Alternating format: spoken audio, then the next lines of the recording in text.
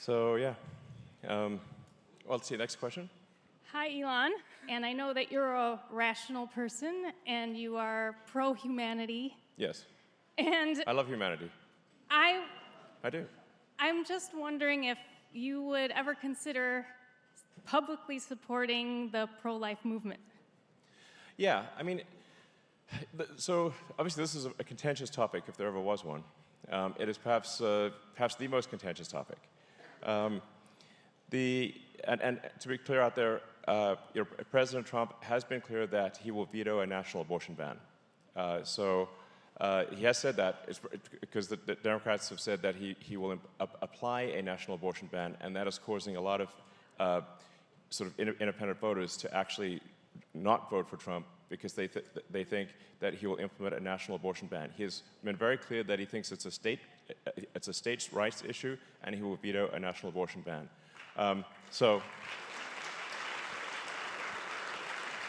Now, there is no answer to this question that will not offend some number of people. But nonetheless, I will tell you what my opinion is, which will certainly offend some number of people. My opinion is that if a baby can survive outside the womb, it cannot be aborted. It cannot. So if a baby can survive outside the womb, if it is far enough in gestation to survive outside the womb, at that point it is not abortion, it is murder. So obviously. Now, part of the challenge here is that the education system has terrified girls and women and relentlessly pushed the idea that getting pregnant is the end of your life. Like your career is dead, you'll be ostracized from society, and so when you instill terror in young girls that getting pregnant is the worst thing that could happen, they obviously, they believe that if they're just kids, and so that when that is a deep-seated belief that they've been hit with in the educational system for a long time, then the idea that they will not be able to get an abortion even in extreme circumstances is obviously a terrifying situation. And they will not vote for any candidate who might, essentially, who would stop them from getting an abortion even in extreme circumstances. So this is the issue that we face. It's this relentless, push in education, terrifying girls and women that if they get pregnant, their life's over. And the reality is, there's nothing greater than having a kid. And so,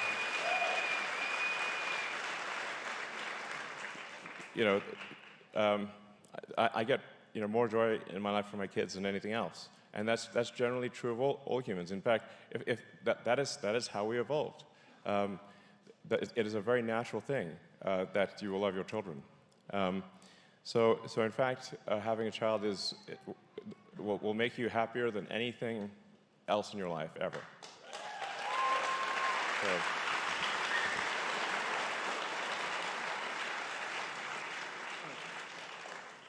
So you get a chance to ask one of the most intelligent men in the world a question. What do you ask? So, what are your thoughts on clean energy as far as nuclear energy, nuclear power? Sure. Seems to be the cleanest, one of the cleanest that we have. Yeah. And there's talk about developing miniature reactors. Do you think that's where we should focus our tax dollars on for the future? Well, I am very much pro-nuclear. If you actually look at the data, and especially if you look at, say, modern nuclear reactors, the modern designs are so safe that if you tried to get a meltdown, you couldn't do it. Like if you went there with flamethrowers and explosives, and your goal was to get this thing to melt down, it still won't melt down. That's how good modern nuclear reactors are. So they're not dangerous, and they're a great source of energy. And I think we should do a lot more nuclear power. I think it's a smart move. You know, when in Japan, when they had the tsunami and the Fukushima reactor was taken out, I had people in California asking me if they should be worried about the radiation coming from Japan. I'm like, definitely not. That's insane. And so, actually, to support the people of Japan, because people were scared to even travel to Japan, didn't just go to Japan. I went to Fukushima itself and ate locally grown vegetables on TV. And amazing, I'm still alive. Wow, can you believe it?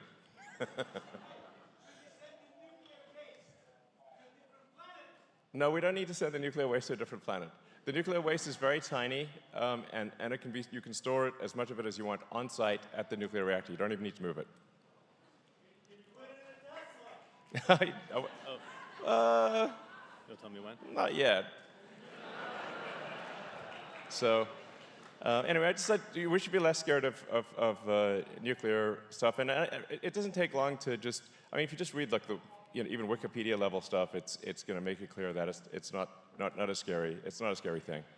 Now, if to sort of maybe sort of wax scientific philosophically, scientifically, the real massive energy source in our solar system overwhelmingly is the sun.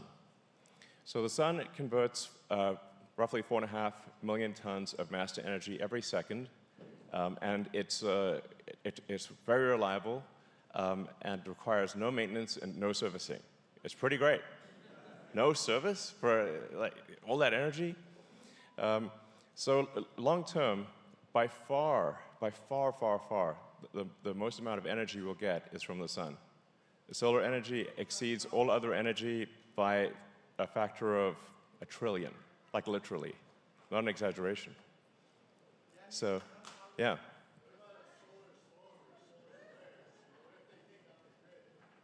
Yeah, solar flares can take out the grid because the grid's like a giant, like a radio antenna. So solar flares can take out the grid. Yeah. I don't know if we have a plan. I suspect we do not have a plan. So, Tesla megapacks can help buffer the grid and add resilience to the grid. So, and they've done that in many parts of the world, including in the U.S.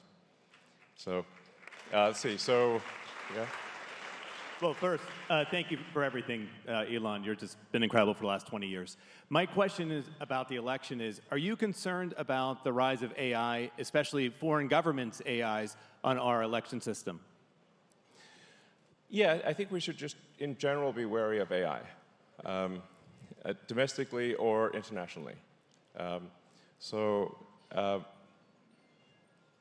I mean, I think that, I think like most likely, I think it's 80% likely that AI makes the future great, and 20% that it makes the future really bad. So we want to maximize the probability of it being good, and I think we should be on the lookout for any manipulation domestically or internationally through the use of AI. It's going to happen.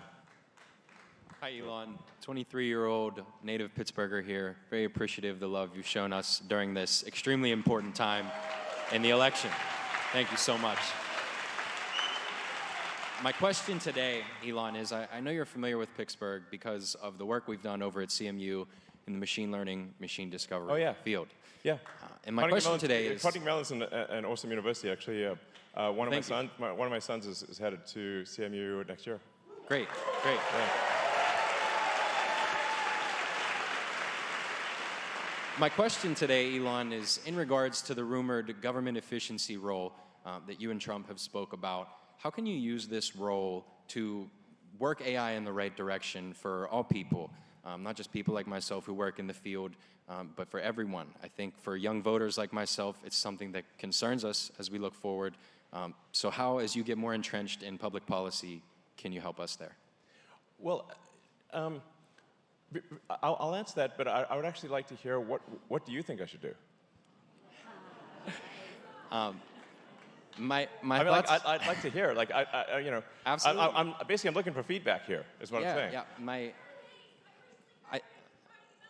Oh, congratulations! Awesome. Awesome. Yeah, great school. My thoughts are that So it's probably the best robotics college in the world. So it's a shaky road forward, and I agree with you. I think 20% could be bad, and 20% could be phenomenal. And I think for Pittsburgh, I speak for Pittsburgh here. It is a city that is moving away from steel and into technology. And with people like yourself, if we can improve that sector here, I think we can improve life here for everyone. And if we can improve life in Pittsburgh, we can use AI and those technologies to improve life for people everywhere. And I think it's through a lack of regulation, as opposed to what they're doing in the EU right now, attacking people. And I just was curious on your thoughts. yeah.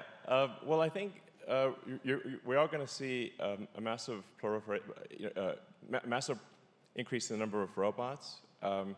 And you know, recently Tesla unveiled the latest Optimus robot, and I think that's going to be really cool. I mean, we want to give everyone their own personal C-3PO R2-D2. You know, and like, who wouldn't want that? That'd be awesome. You know, and even better than that. So I think that's really going to be. Yeah, and well, yeah, privacy concerns are significant. Anyway, but one of the things I want to be clear is that I am looking for feedback. So it's not like I'm just going open loop here and doing whatever I want to do. I'm like, I kind of want to know what do the people want, and you know, and what should we do, and then do it. You know, so it's as opposed to me just deciding on my own, like you know, so. Yeah. Elon, you're clearly a great American pioneer, and we all in Pittsburgh want to welcome you and thank you for coming. Thank you for taking my question. Well, it's an honor to be here. This is really the cradle of pioneers in the history of America. People here from George Washington as a surveyor to Lewis and Clark, who pushed their Pittsburgh-made boat into the Ohio and explored the West, to so many industries being born. Radio, the movies, the first refinery for oil, the Pittsburgh coal seams, the biggest in the world, the nuclear energy you mentioned, Westinghouse and Tesla creating alternating current out at Rockwell Park, the philanthropic industry. Pittsburgh outproduced Germany and Japan in steel together during World War II. Yeah. A group of us are starting a movement here, we're calling it Pittsburgh Tomorrow, in which we're trying to rekindle that pioneering spirit. Clearly, your son is and all. You mentioned you might want to invest.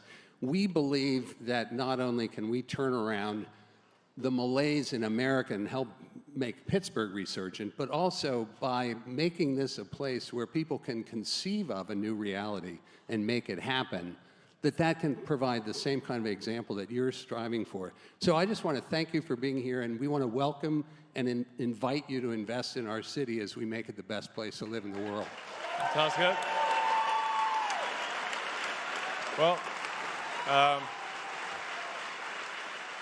I mean, given that my son will be attending college here next year, I'm going to be in Pittsburgh a lot, so. Yeah.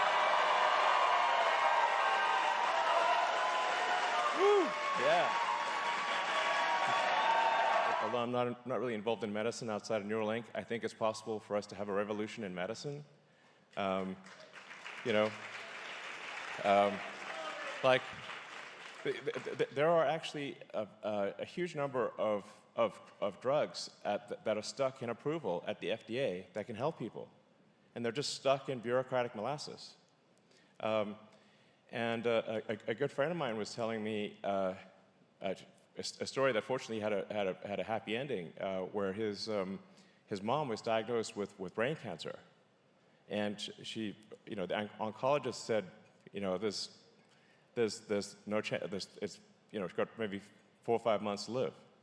But my friend is a very smart, determined person, and he searched, for what are, and he talked to every smart person he knew, and he found someone who said, yeah, actually there's a drug that's in trials that you take this pill, and it actually makes the brain cancer go away. Literally, you just take a pill. He's like, what? And I think it's called like Wellirig or something, FYI. This drug called Wellirig that solves brain cancer. Maybe more people should know about this. And I think it's in trials at Harvard or something. And it cured his mom. And so that just happened. I think it was like this year. But if we could just be faster about getting, amazing drugs through the system, a lot more people would be alive. That's the kind of thing when I say like overregulation kills people, where you've got helpful drugs stuck in approvals and not help, and it could be helping people, but they're not. That's crazy, So simply expediting drug approval and the FDA, I think, will save millions of lives. So. I just want to say thank you, like everybody else has too.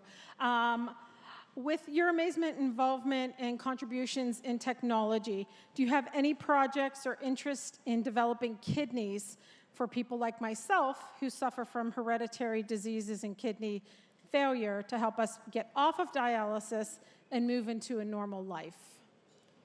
Well, I do not have any kidney programs myself, but there might be some companies out there that do.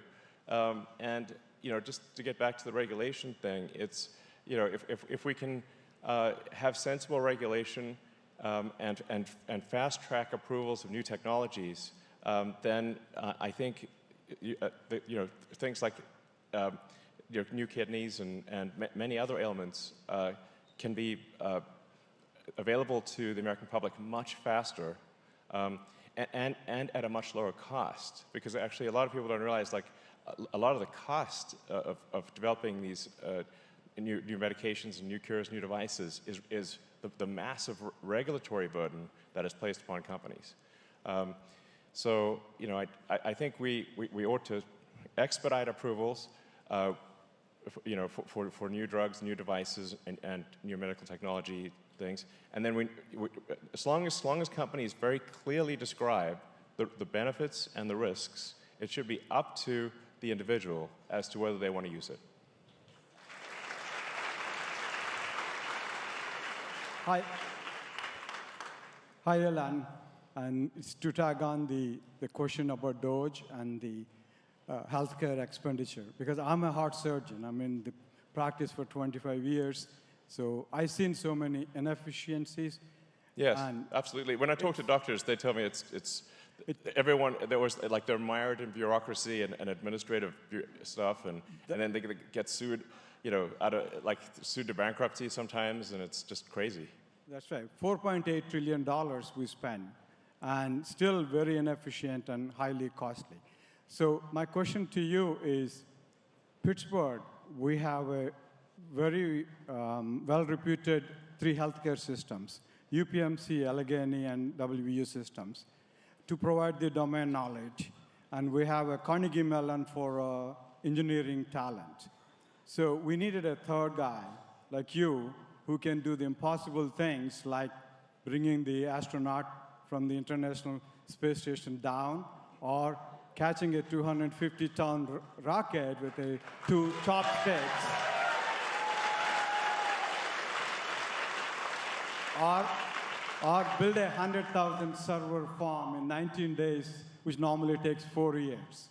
So I think we need a guy like you, impossible, to create a healthcare AI, and Pittsburgh will be a great place to do it. So can you able to do a healthcare AI here? I think AI is going to be incredible for medicine. Actually, as it is for Grok right now, you can actually upload a PET scan and ask Grok to analyze the PET scan for you, and then you can compare that to what a doctor tells you and see what the difference is. Like you can literally upload your image to Grok, and it will analyze your MRI, your PET scan, whatever the case may be, and tell you what it thinks the probable issue is. And that's with Grok 2, and Grok 3 will be out in a few months, and it'll be 10 times better. So I think it could be really helpful to medical professionals and to individuals. So I think there's a lot of amazing potential. I think there's the potential for us to have an amazing, exciting future, but we just have to work hard to make that happen. And you know, to circle back, I think essential to making that happen is electing President Trump. I would like to know if you have a solution to Big Pharma. As a mom of 3 kids with autism, I would like to know, like, what are we going to do about these people poisoning our children? Yeah. Well, I think transparency and accountability are very important. So now, you know, but in my opinion of Big Pharma is that there's good and bad. It's not all bad, obviously. There are many life-saving drugs that are developed by the big pharma companies and small pharma companies, but there are also mistakes that they make. And so we just need to make sure that the system is actually helping the pharma companies bring life-saving cures to market faster, but also that there should be some punishment if they do bad things, just like for any company. You know, and that's, I think it's, those are just basic common sense rules. Can you speak to kind of what you've seen about human-centric development? Because I think that might be the only thing that's going to protect us from things getting out of hand. Yeah, I'm not sure I totally understand the question, but I do think that any given technology that's developed, the goal of it should be to help humanity and to bring joy to people. And help people, so that's and I do, to be clear, I do think there is a role for regulators. You know, just like there is a role for referees in a sports game. Like every sports game has referees. You know, tonight's Steelers game got referees, and it's a better game for having referees. But you don't want to have so many refs on the field, you know, that the running back can't even get through them. You know, it's like I can't catch the ball because I have this like 20 referees in my way. That's the situation we have in industry today. Is far too many refs on the field. Sometimes more refs than players. You know, and if you saw that in a sports game, you're like, this is crazy. But I'm not. I want to be clear. Like, I'm not saying no regulation. I'm just saying sensible regulation. You want the right number of referees in the field, but not any more than that. And actually, it's sort of in terms of a real AI danger that hopefully is not there this year, but will certainly be a danger in the future, is that advanced AI will be super good at hacking computers. And so if you have voting machines that are connected to the internet and you've got super advanced AI that can you know, potentially affect those machines, I think that's very dangerous. So we actually, so what I'm saying is that I'm normally someone who favors technology. I'm super, you know, 21st century technology boy right here. And I'm saying no machines for voting.